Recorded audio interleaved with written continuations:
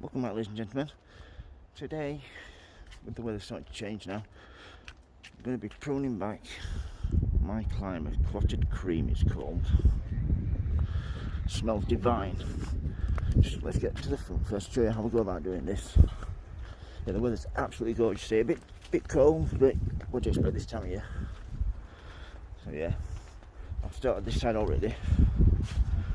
Just get the as you can see, cut back in stages. Leave these here so these can grow up and cover that part.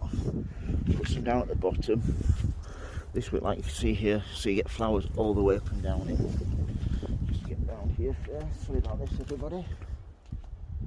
Hope everybody's enjoying today, like I am. But yeah, I'll cut it down so it's level right at the top there, right across there.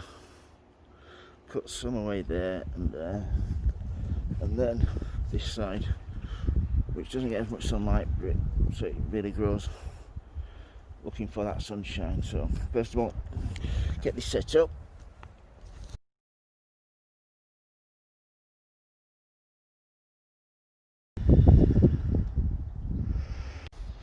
Yeah, here we go.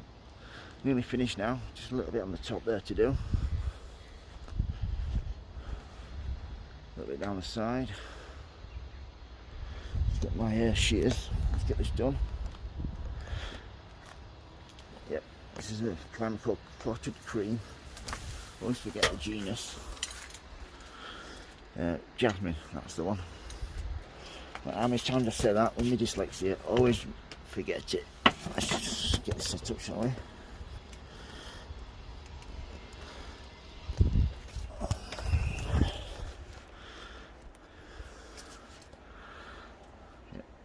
That bit to cut back, just a bit on the top, so just go up from this side, see what it looks like. Yeah, looking good. See, just have to reach over. That's probably the hardest bit to do, and then we'll all be done then. So how to prune back your jasmine, how to get it nice, and how to get the flower all the way up from the bottom.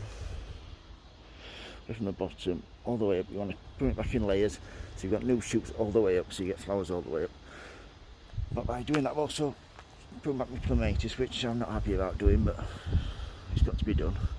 If you've got any questions, don't hesitate to ask, folks. If you like my videos, please subscribe, everyone. Remember, happy sowing, happy growing. Oh yeah, one more feed thing as well.